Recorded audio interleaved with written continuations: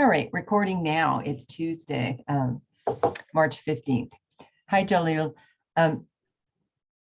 Colby just asked about the final exam. The final exam is going to be comprehensive, and he asked if we could spend some time on chapter 7, and I'm fine with that. Chapter 7 is sort of split into two pieces. It's got on the one side, it's all internal control, cash control, and things that companies should know about in terms of what we call the fraud triangle, where you have opportunity, rationalization, and oh golly, right out of my head, risk, I guess, pressure, financial pressure. And there's a lot of things companies can do that don't put their employees in a place where the company's providing an opportunity for fraud. So the controls that a company puts in place reduce the risk of fraud, theft, whatever. And then the second half of chapter 7 is about the very important account cash and how we can manage cash, how we can verify that we've accounted for all the transactions in cash, starting with the need to have a bank account. Your companies have to have a bank account. You can't just be a cash basis company. And that actually was a problem with the cannabis industry because they weren't allowed to have a bank account. They were in the state of Washington, but not out of state. So they ended up being pretty much a cash basis for a while.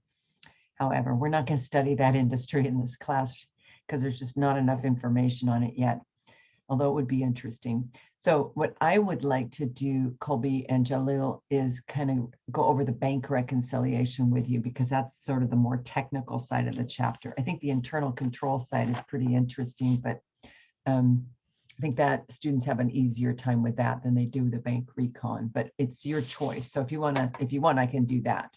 That sounds good to me. Okay. All right, and Jalil, I asked Colby also if you want me to go over, hang on, calendar 201. All right, if you want me to go over the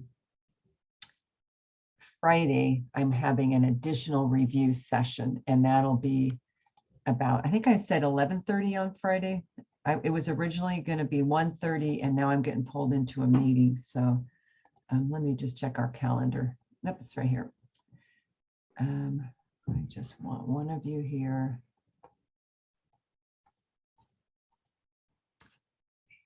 We're going to look at, get rid of my other. Okay. So yeah, I moved it to 11:30. For the review session. Okay. So I hope you guys can come. It'll be on Zoom again. And then Monday, you're all signed up for your exam. So we have almost a week away for your final exam, and the final will be comprehensive. Hi, Beza. Hope you're doing well. All right. So we're being recorded, and good to see your faces while your name's out there. So, all right. So let's go look at chapter 7. The bank recon part of it. Okay. So I kind of jumped it and put it in the front. So, and if you have questions on internal control, you can ask me as well. So let me see if I can put this over here so I can see ahead, and then we'll, all right. Can you guys see the PowerPoint? Yep. Great. Okay. So like I said, companies should use a bank. Using a bank is good internal control. You don't want a lot of cash on hand. That's a temptation. And has anybody worked at a company where they've had a little box of petty cash, they call it? Anybody had that experience? I mean, I work at a grocery store, so we got like cash registers, but yeah. Do you work the register or do you work the stock? I don't work the register now, but I know people that do. How about you, Beza or Jalil? Have you, any company you've worked for, do they have a lot of cash on hand? I don't think so. Yeah, so a lot of times people have cash on hand for really small purchases, because if you don't, and the chapter talks about this, in order to place an order, you have to get approval. Let's say you want to buy a new computer and it costs, I don't know, $1,500. You have to get approval for it. And then you have to, the company, your company has to issue something called a purchase order. They send it to the supplier. The supplier ships the company the computer, and then the supplier invoices the company. They send an invoice. So you've got a purchase order, an invoice, and then the third thing is you have to prove that you received it. So we have a form that we call a receiver. So purchase order says, yes, this is what we want. Invoice says we agree, and this is how much it cost, and we shipped it. And then the receiver says the company actually got it. So when you have that three-way match, then the company will pay for it. But nobody wants to go through all that paperwork for very small purchases. Like if you're having a meeting and you want to go out and buy bagels for it, you don't want to go through all that process. And so petty cash is a way for companies to have real small purchases. Somebody goes out, buys something, comes back, brings the receipt, and is refunded for it.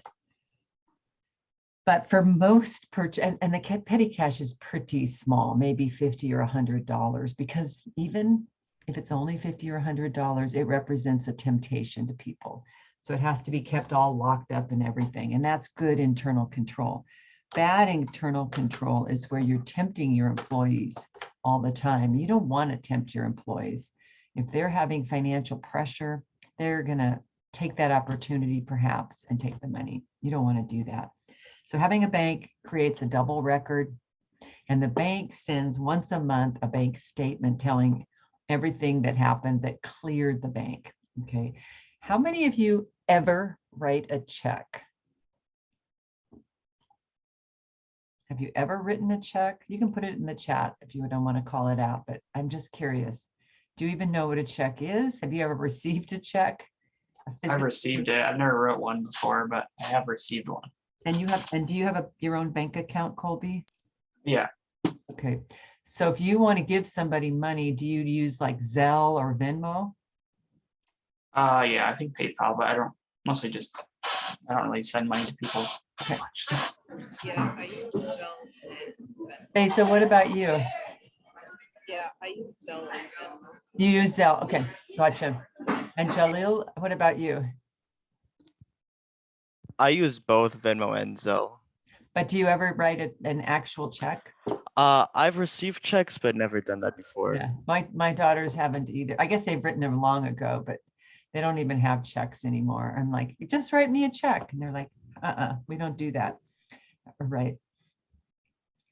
So some of what I'm going to tell you is going to seem kind of weird, because when you Zelle or Venmo, it happens almost immediately. Whereas if I wrote a check to each, let's say I was your grandmother and I wrote you a Christmas check of $50 each, I would write the check, I would put it in a card, I would mail it to you, and there would be a long time before maybe you even cashed it. Has anybody received a check and not cashed it right away? I have. How long did you wait? Do you remember about? I don't know. It's like a week or two. Okay, so there was a timing difference. Okay, how about you, Jalila or Beza? Did you get a check and not cash it right away? I've never received a check. So You've never received a check. Okay. I would like scan it through my phone. That's as right, soon as because possible. you can do that now too, which I'm embarrassed to say I don't know how to do that either, but my daughters do that as well. So, but they're older than you guys, so I should be catching up to that. But anyway, all right, so companies cannot only deal in cash. It's too risky. So they have to track every transfer of cash. Okay. So I put these boxes up here just to symbolize where the company is making transactions. Okay. So money that a company pays. So this chapter, I really want you to wrap your brain around accounts payable and accounts receivable. Okay. Money that a company pays to suppliers, employees for salaries, or money that a company is paid from customers. Okay. So the customer owes the company money, right? You ship something to a customer, debit accounts receivable, credit sales or service revenue, all right? So for about a month, the customer owes the company money, and that's accounts receivable. That is an asset on the balance sheet. It's the second asset after cash. And it's the second because it's the most liquid. We say, well, it's going to turn to cash probably in about 30 days. Now, not all customers pay on time, but let's say in a perfect world, it'll turn to cash in 30 days. So if we have accounts receivable and it's paid, that's money that increases cash. And so that's why I put the customer in green, if you are able to see the different colors here. So the customers, when they pay, that increases cash. And we're doing all the accounting from the point of view of the company. But the supplier the company owes money to the supplier or the employee. Okay, so the company tracks that in accounts payable. And when the company pays the supplier, cash goes down. So that's why I put it in pink or red here. So customers, when they pay, there's a cash inflow, cash goes up. And suppliers, when the company pays suppliers, that's a cash outflow. But in the time period when they're not paid, it's accounts payable for suppliers, accounts receivable from customers. Okay. So cash increases with customer payments, cash decreases with payments to suppliers. So I'm still using this sort of green and red color scheme here. So just to walk you through that, company's paying a supplier. Okay, money's going to the supplier. Company writes a check for $2,950. No idea how much what was that all about, but that's a lot of money. Okay, so let's say we had a cash account, beginning balance of $35,000. Let's say we had an accounts payable beginning balance of $6,000. When that check is written, the company's going to debit accounts payable and credit cash. So this reduces the company's cash account on its records, its T account for cash. This is important because it's like your grandmother writing a check. She writes it in right away and reduces her cash account. But the supplier may not get that check for a week or 10 days, and they may not even cash it right away.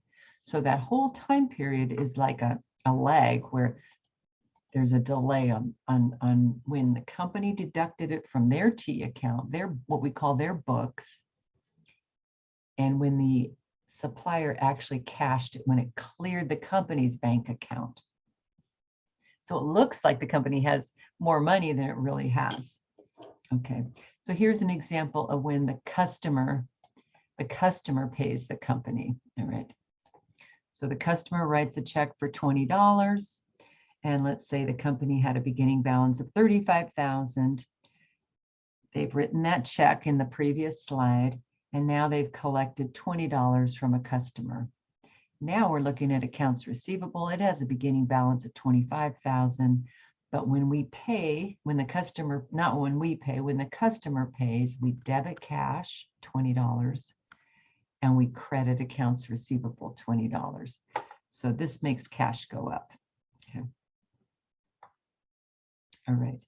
So what does the company do? What does the company do with its money? It says, well, we've got $32,070, but it's going to take, let's go back, in the example where we paid a supplier, that might not clear the bank for a week or 10 days. In the example where the customer paid the company $20, okay, the company records it right away. but they may not go to the bank and deposit that check for another day. They may not use that scan feature in the phone because they have so many checks they receive. All right. So a company cannot deal in cash. It's way too risky and it provides no audit trail. And we love audit trails. Okay. So all month long, the company's writing checks to its suppliers. When I worked at PACCAR, we wrote about 2,500 checks a month. So we just had a lot of transactions. We had whole departments. All they did was process that it was okay to pay. And of course, those checks weren't handwritten. The computer generated the checks, but it was still a lot of transactions.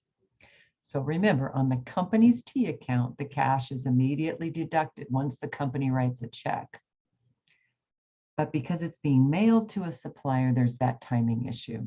So the bank doesn't show those checks until they clear the bank. And that's also true with customers. All month long, customers send their checks to the company to pay their bills. The company gets the checks, immediately increases the cash account, debit cash, credit AR, but they may wait a day or two to go over to the bank and deposit all those checks.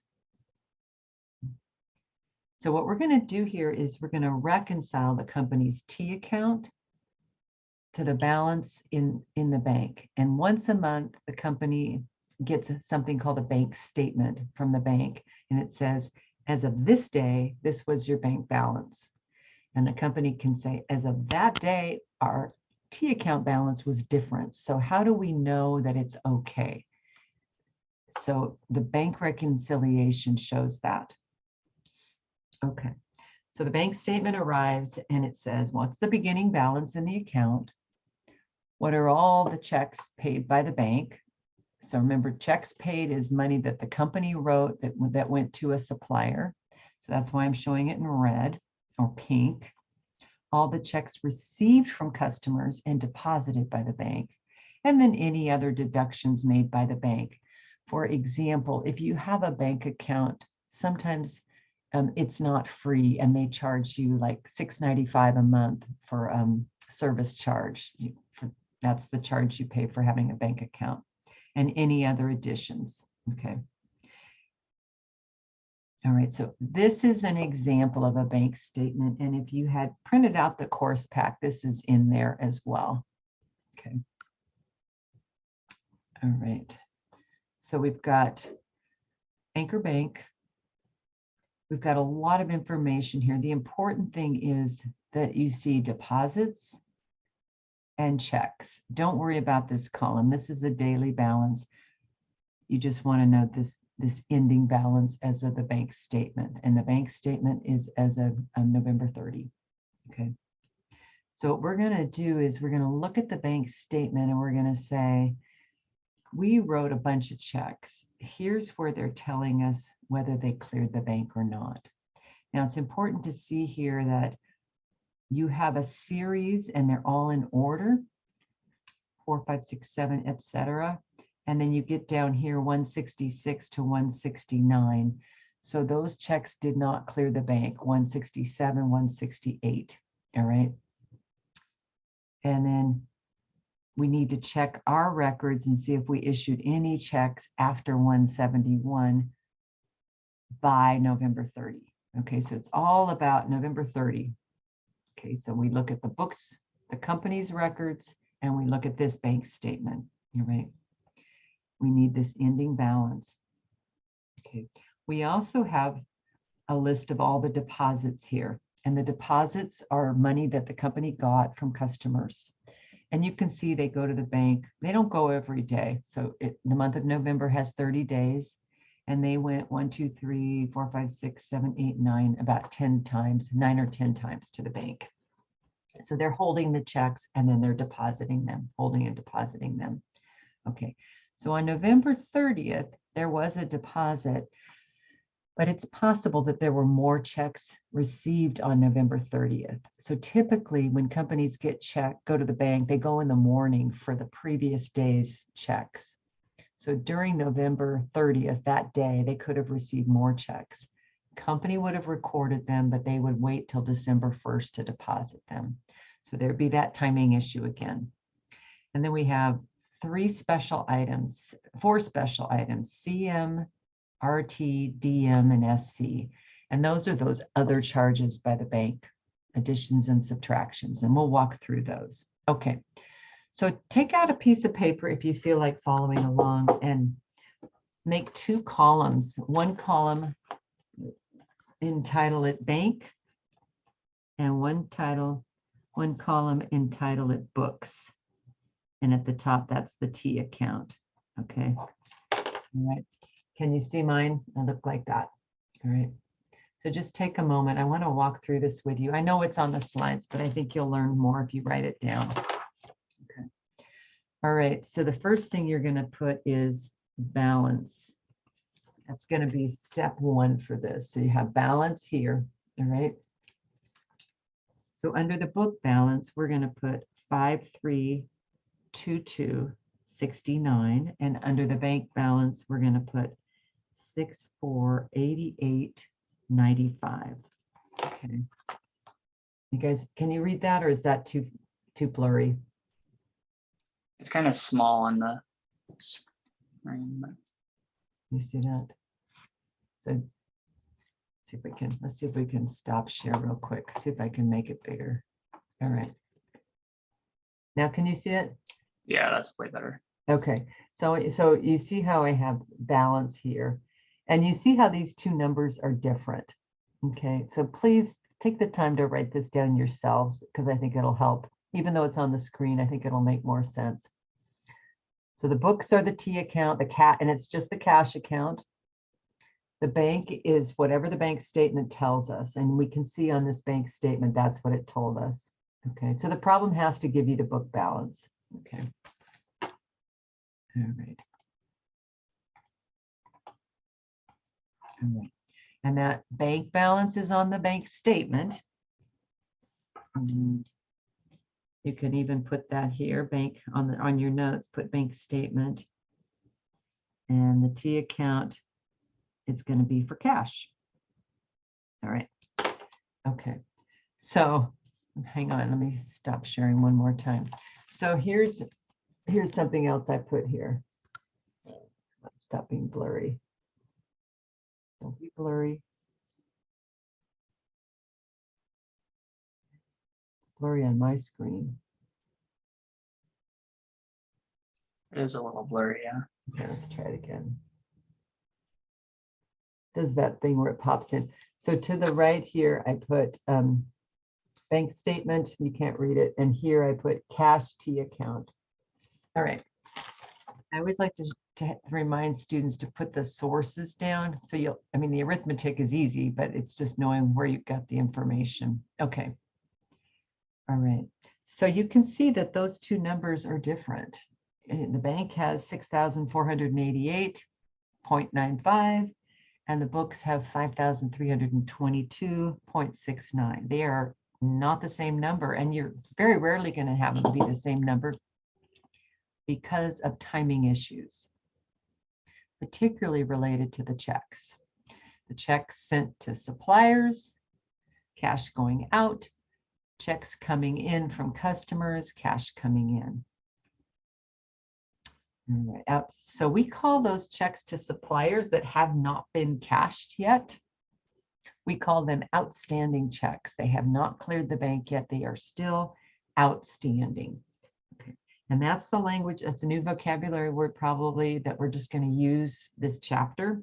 I don't really think there's any other context where we've used that. So it's still outstanding. Checks that the company has deducted from their T account cash, but because the supplier hasn't cashed them yet, it hasn't cleared the company's bank account.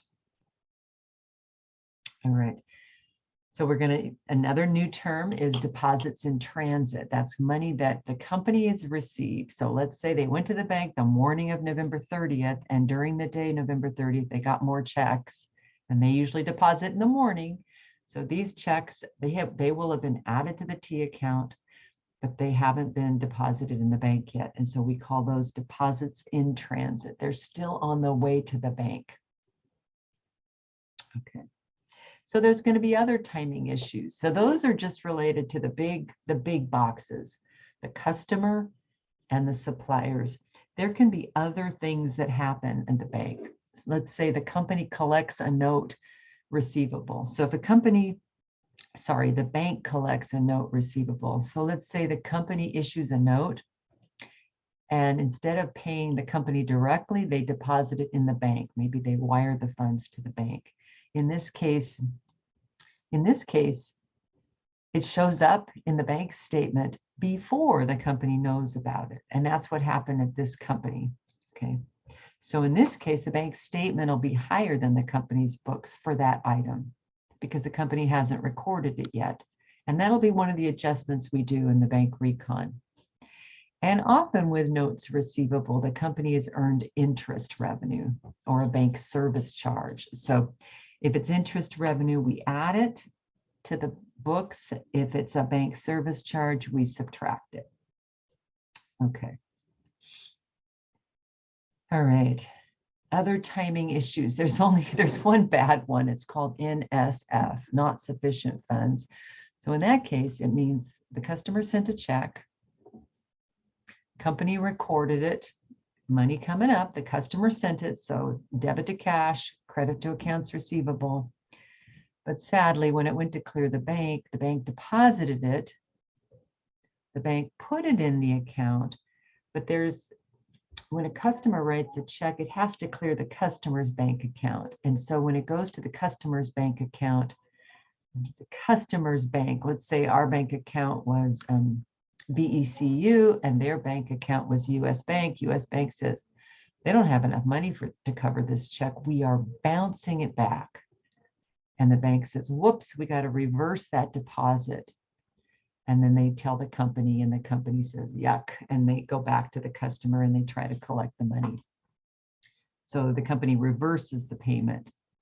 And we'll talk through those. Okay, so back to the bank statement. Here it is again. This is what the bank recon is going to look like. You have already done the first step for both of these. Balance per bank, balance per books. Okay, that's what, hopefully you've put a piece of paper out and you've done that. All right. On the bank side, it's pretty straightforward. We're going to have deposits in transit added, outstanding checks subtracted. So we take the balance per bank plus the deposits in transit minus the outstanding checks. Okay.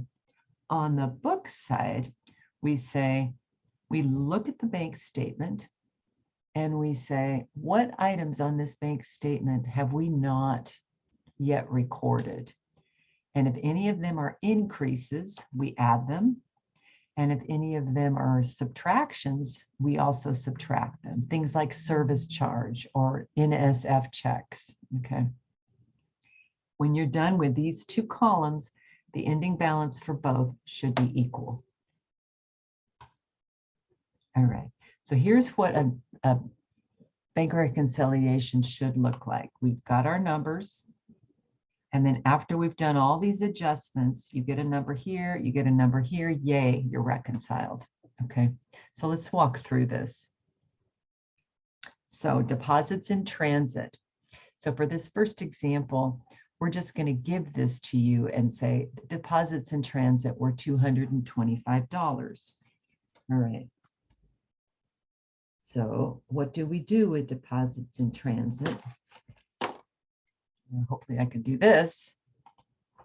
See if I can get it. So we take that 225 and we add it to the bank. Okay. We don't do anything with the book side. This is just for the bank because only the bank has deposits in transit. The book side does not. The book, whatever you put on one side does not go on the other side. These are separate columns of numbers and you just want to, okay. All right.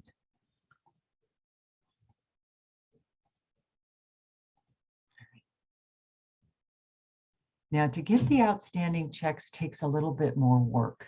Okay, you have to go through the company's check register and say, what's missing here? Okay, so typically the way companies do that is they take a list of checks that haven't cleared the bank, either from the prior month or the current month, and they compare them to what's on the bank statement. So like, I'm not showing you 149 and 154, the gap between here, the 150, 51, 52, 53, 54, because those probably already cleared the previous month, okay? So we're going to assume that all of these have cleared. There's no other outstanding checks from previous month. And so, but we come down here and we can see we have a gap. So we know those checks are outstanding. So we're going to put 167. So where did we get that number? We got it from the company's records. 167, 168. And then we come down here to 171 and we say, let's look at our books and see if we wrote any checks up to November 30th. And we say, oh, look, we issued 2 more checks. So all of these checks would have been deducted from the company's books, but they're still outstanding on the bank statement. So we got to add them up and we've got to subtract them from the bank statement. Okay, so we're going to do that. We're going to call it outstanding checks. And I like to show it in brackets.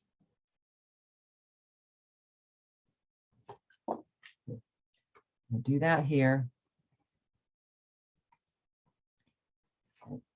So I'm just working the bank side. You guys got that? So the first line is the bank balance. Second line is deposits in transit. Third line is outstanding checks. Haven't even touched the book side. All right. So now we're on the book side. So let's pause here and let's take our column of numbers.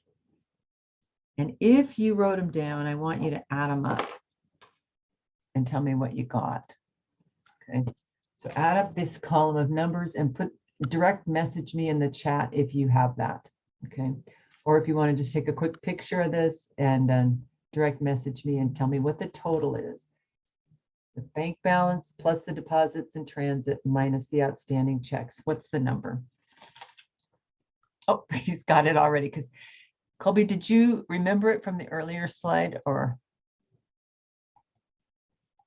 No, I actually calculated it. Okay, awesome. I'm not even sure if that's right. Okay.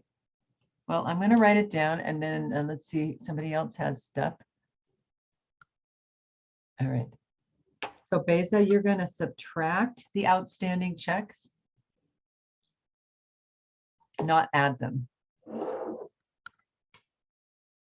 And Jalil and Colby, I think you're right, but I haven't checked you and I don't remember what it said on those numbers. Okay. So we'll wait on that. That'll be our dramatic pause here. Okay. So now we're going to move over to the book side. Okay, so on the book side, we started with 532269. And looking, so I've just kind of cut out a piece of the bank statement. So if you guys remember, let's go back to that. We're looking at the deposits column here, 300 CM, and that in this case, it stands for credit memo. But the important thing, if you forget what is a credit memo, what is a debit memo, just look at the title and it's a deposit. Okay. Oops, sorry. So here it is, deposits and credit, 300 credit memo. So you know you've got to add that back to the book side, okay? And typically in a problem, it'll say a note receivable was collected by the bank for 300. The bank charged a $5 collection fee. Okay, so let's go back to the bank statement. So there's nothing here. So under checks and debits, checks are outflow, the company's checks that they wrote. Down here is a debit memo, $5. Okay, we've got 2 other items here we're going to deal with. All of these 3 are under checks, are under outflow. Okay, But for right now, let's focus on these. And so the problem says the bank collected a note receivable for $300. And to do this, they charged a collection fee. No big surprise there. I don't know if any of you ever look at your bank statements. Do you guys look at your bank statements? No, Oh my God. maybe I should. You should look at them. They charge so many fees. So many fees. So $5 collection fee for collecting $300. Okay. So we've got to account for both of these. And the trick here is knowing what's an outflow and what's an inflow. So the deposit is an inflow, so it's going to be positive. And these three items are outflows, so they're going to be negatives. And you know that because it's in that column, checks, and checks are outflows. But we've got two other items here. Oh wait, let's go back to our wonderful, beautiful spreadsheet. So we're gonna, at the top, we're gonna put a plus 300. Okay. And this is on the book side. And then we're gonna leave some space there and do a minus $5. Okay. So when you do this on the exam, I want you to just use a pencil. So on the book side, this is what we're seeing. Beginning balance plus the 300 minus the $5. Okay. All right. All right. So now we've got more items. Check bounced. Remember, an NSF check, not sufficient funds. When you see those words, it's bad news. Sigh. Okay, so customer paid came from the green box, right? The customer paid, the company increased debit cash, credit accounts receivable. The company put it in their bank. The bank said increase deposits $35.40. The bank sent it out through the wires to the customer's bank, and the customer's bank said not enough money, and it bounces back. The bank, on the bank statement, the bank is reversing that deposit. It says return transaction, but nobody uses that language. Everybody uses NSF. Okay. So the bank charged a service charge, a monthly fee. So both of those items have to be deducted from the books. So let's write them in and see how they look. And this is what I didn't say was to put a description to the side.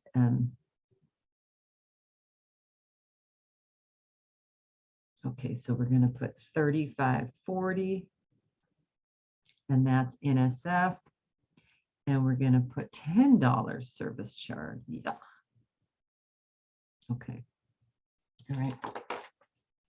So that's the book side. Come on, come on, come on. Okay. So I've got I put my ads at the top, just like I did over here, but now I have a different description. And then I've got $5, which is a collection fee, $35.40, which is NSF, and then this is service charge. So we're going to add those up, and I didn't align them really well, but put in the chat what that total is. I can.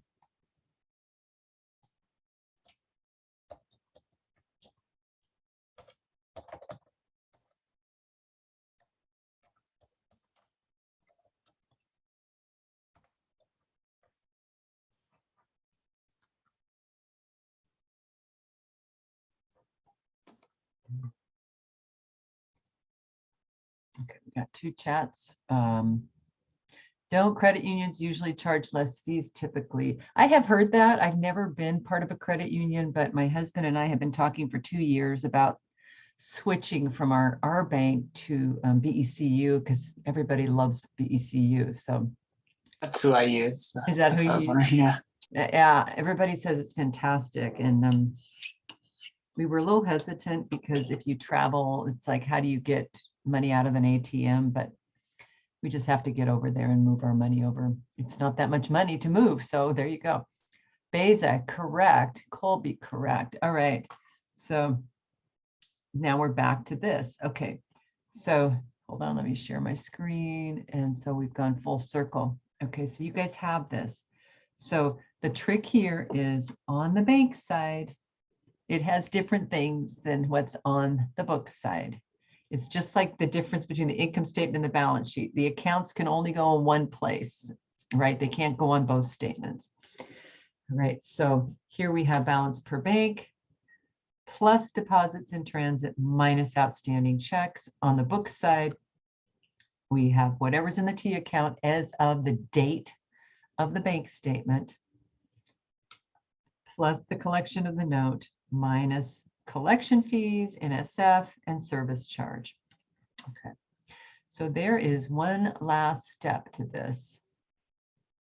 Let's see, where are we? We are on slide.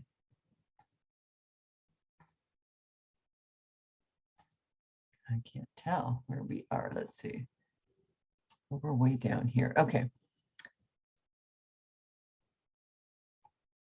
Okay, so our final step is we have to go here and make 1, 2, 3, 4 journal entries. Because remember, this is what's in our T account. And these 4 transactions happened, but they haven't been recorded yet. So we've got to increase cash for 300. And each of these is going to be 4 separate journal entries. So real quick, how do I increase cash, debit or credit?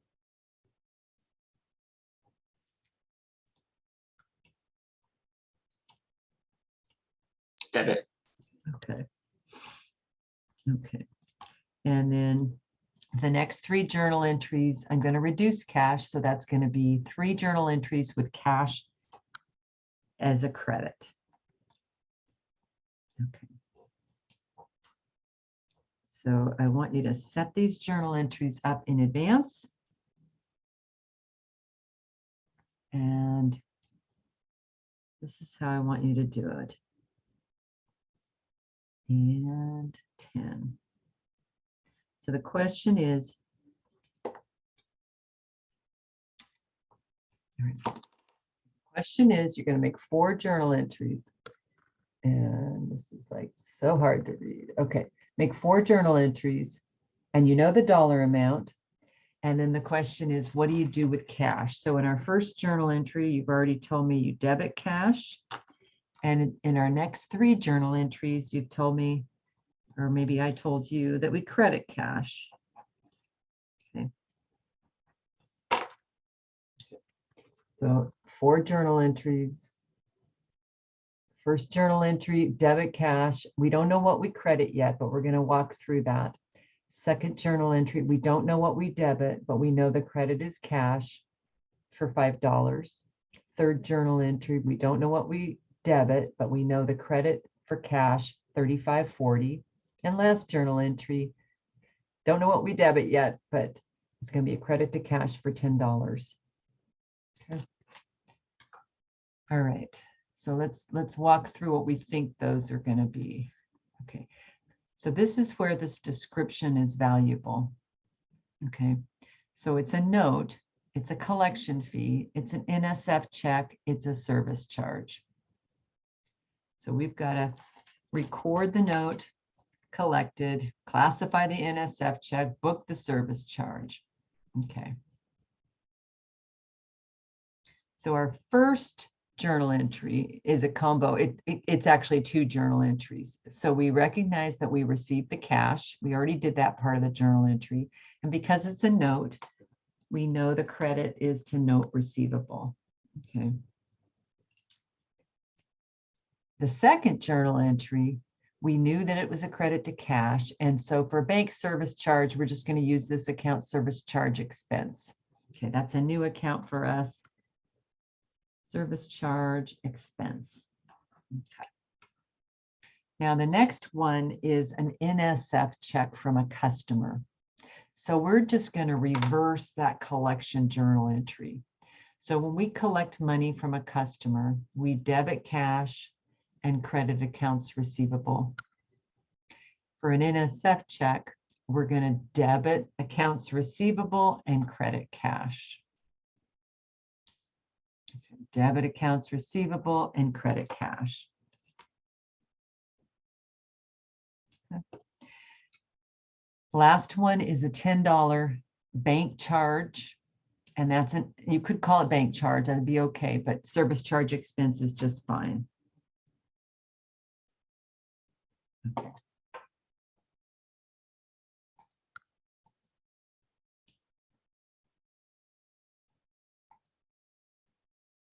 Okay, so let me stop sharing for a second. So hopefully you have all these journal entries ready to go. Okay. All right. So now, what do we do after we have journal entries? Well, we post them. Now you don't have to do this step, but I want to show you how it all works out. So here was the book reconciliation. Balance before, debit to cash from that first journal entry, and then 3 credits to cash, and the new balance agrees with the bank statement. Okay. All right.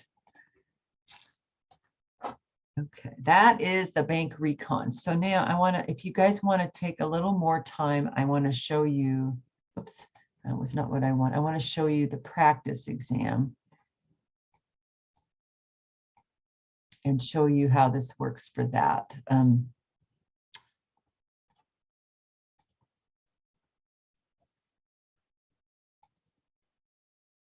Okay, here we go. So practice exam is, it's sort of organized in a couple ways. It's got a problem for each subject, periodic, statements, adjustments, and then here's the bank recon. And then find the missing number, calculate cost of goods sold using the periodic system. And then these are just additional questions down below. Okay, so it's like a bunch of big questions and then more and more practice questions. Okay, so on Friday, we'll spend some time to go over concepts that are still confusing, but let's look at how they show the bank statement, bank recon. Okay. Come on, talk to me. There we go. All right. So we're not going to solve this in 5 minutes, but cash balance per books is 873601. So you're going to set those columns up, balance per books, and then it doesn't tell you what the balance per bank is. So can you figure it out?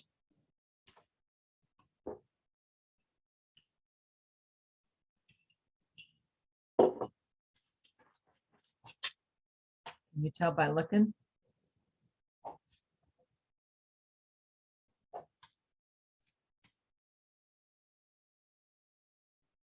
Any information here that tells you.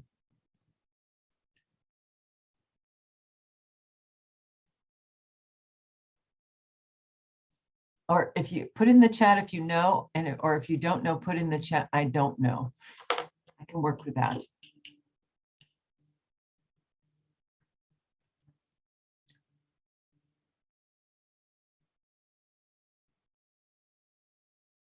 What's the balance per bank? Jalil, you are correct. Yep, it is. Okay, so it's right here. So where it says balance 11,951 on 1031. Okay. All right, so that would be how we'd start this out. And it also says it here, balance this statement. Okay, so we'd start out our 1195101, and then the books would be that 873601. Okay. And what's in the chat, what do we do in the bank statement? What's our next line item in the bank statement going to be? I'm sorry, in the bank column. There's only 2 items unless we have something unusual.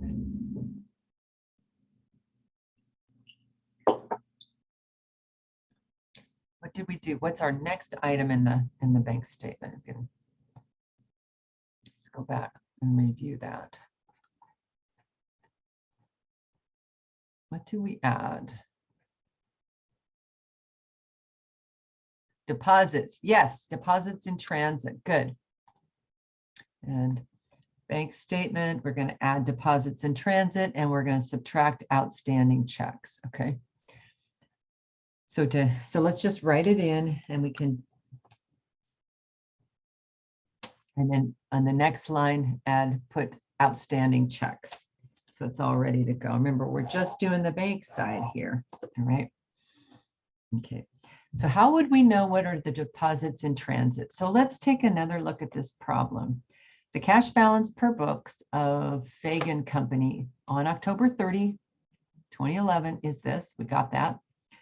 The following checks and receipts. So remember, checks are money going out. Receipts are money coming in. Okay. So receipts are payments from customers. Checks are money the company wrote to suppliers or employees. Okay.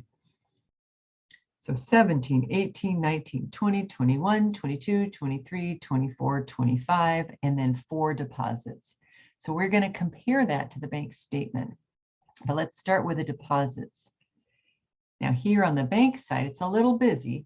The checks are listed here, and the deposits are listed here. Okay. So you're going to look at the last bit of deposits there. So 843, I'm sorry, this is the balance. So the deposits are just right here. So here's that big one, and it's not up here. We're going to assume that was from the prior month. So real quick, 843.86, that's good. We can check it off. 941.54, that's good. 808.58, that's good. 967, not there. So 967 is the deposit in transit.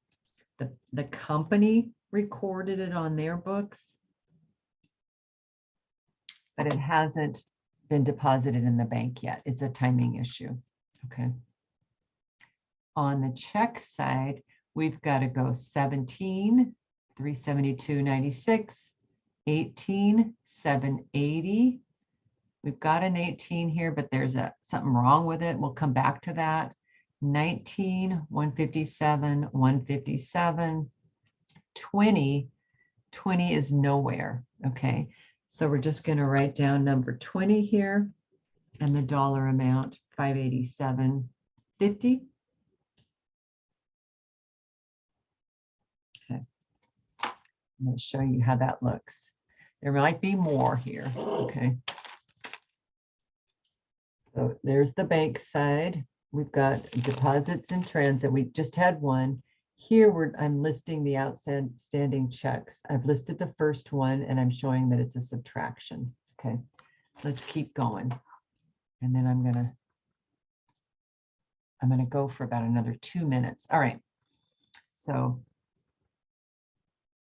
we were check number 20. Check number 21 matches. Check number 22, we don't see it. Okay, so let's write check number 22 down. And that's for 578.84. Check number 23 is also missing, so write that one down. And that's a big one, 168.750. Check number 24, 921.30, that cleared. Check number 25, 246.03, that cleared. Oh, look, number 22 did clear, so we don't want that one. So I'm going to cross it out. Okay. And check 25. Okay, so this is what I have. I have 2 outstanding checks. I have a beginning balance and deposits in transit. Okay. So that's what you're going to do for this problem. And then on the book side, and it's saying prepare a bank reconciliation, prepare the adjusting journal entries required by the bank reconciliation. Okay. All right. Now in this problem, we have a twist. We have some errors. Okay. So we've taken into account everything up here. Now we can work with the bank statement. in this problem, we have a twist. We have errors, and they're going to tell us what that error is. So remember, we had a check up here that was number 18, 780.62, but on the bank statement, it says 708.62. Okay, so here's the explanation. Check 18 was correctly written for 708.62. So the check was physically written correctly, and the bank cashed it correctly. Okay. So the error was made by the company. So this is going to be a company correction. The company, because it was recorded as a check, the company deducted 780, but they should have only deducted 708. So that's a difference of $72. Okay. I'm going to write that as an error of $72. And then there's an oh, let's look at the bank statement. We have an NSF check.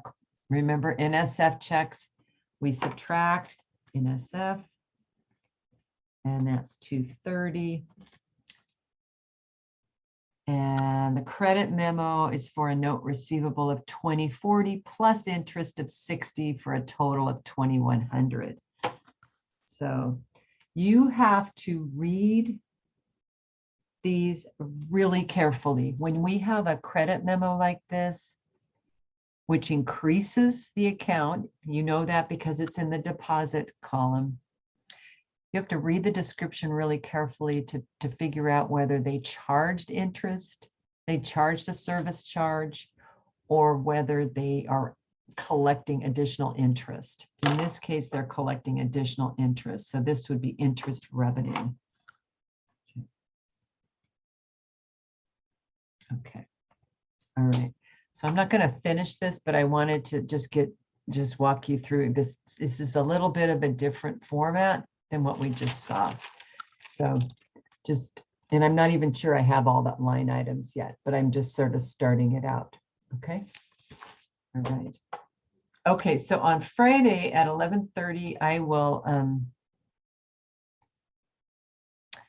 I'll go over anything on the practice exam you guys want or any questions that you guys have. So I will see you guys later. You guys have any other questions